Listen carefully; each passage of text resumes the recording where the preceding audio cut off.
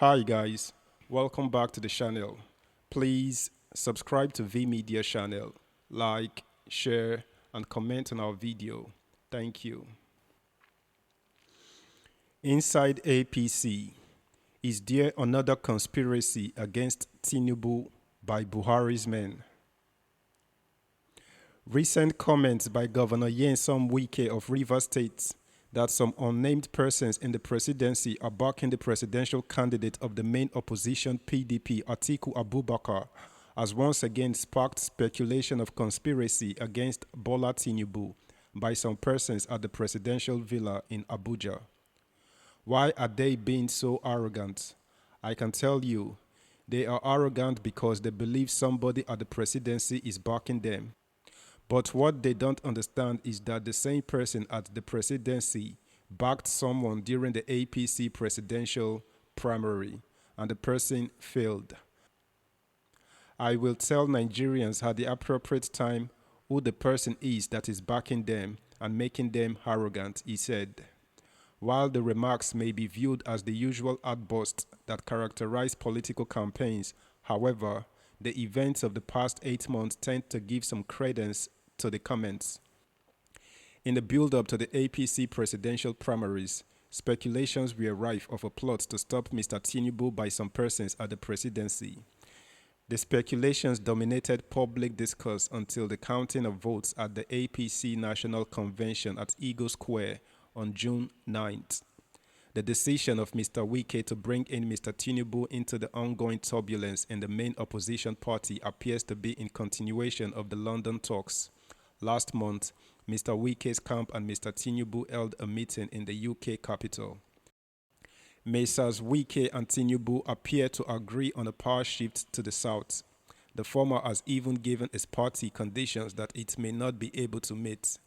He insisted that PDP National Chairman Iyorchia Ayu must resign as a condition for reconciliation talks. Mr. Wike, alongside Governors Seyi Makinde of Oyo State, Okezie Ikpeazu of Abia State, and Samuel Otom of Benue State, have anchored their grievances with the party on the need for inclusion.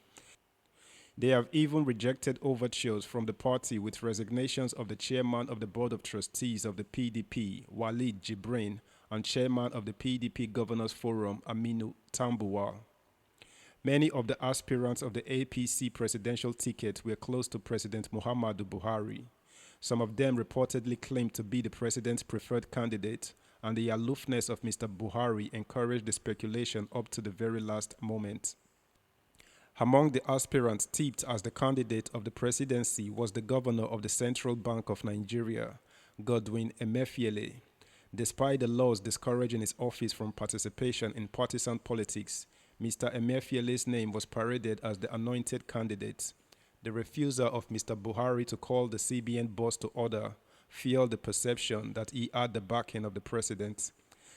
The decision of Mr. Emefiele to approach the court to allow him to participate and several comments credited to him further enraged Nigerians. One other name that popped up in the period was former President Goodluck Jonathan. Like Mr. Emefiele, some groups procured the APC 100 million naira nomination, an expression of interest forms for the former president, even though he is not a member of the ruling party. For months, the speculation that Mr. Jonathan was the candidate of the villa was rife. Even after he failed to show up at the screening of the aspirants, the speculation did not stop.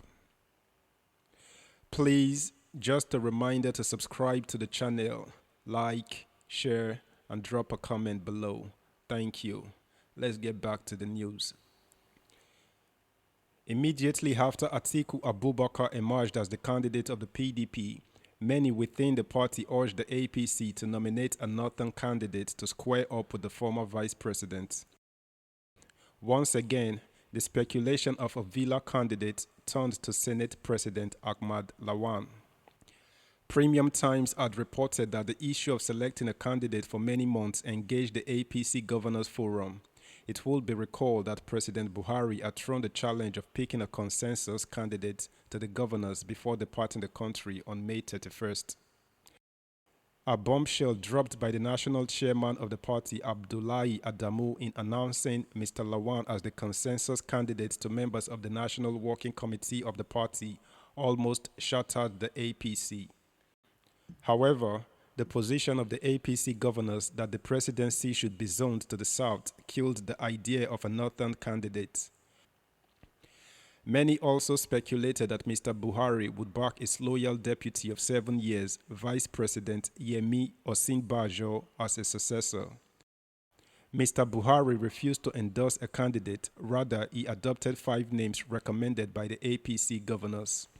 The Abeokuta outburst of Mr. Tinubu that birthed the Emi Lokan slogan was believed to have been spurred by this plot to outwit him in the race. Mr. Tinubu, while speaking to Ogun State delegates, claimed that President Buhari would not have emerged if not for his support.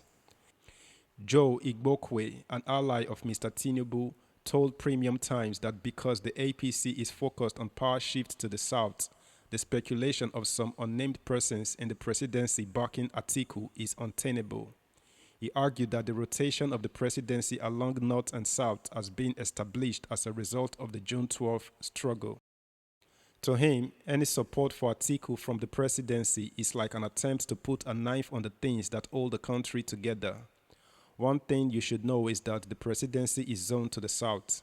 If we go by the rules set down as consequences of the June 12 crisis that led to the death of so many people, we agreed as a nation that power will continue to rotate between north and south until we have learned our lessons and do things properly. Let nobody put this rotation asunder.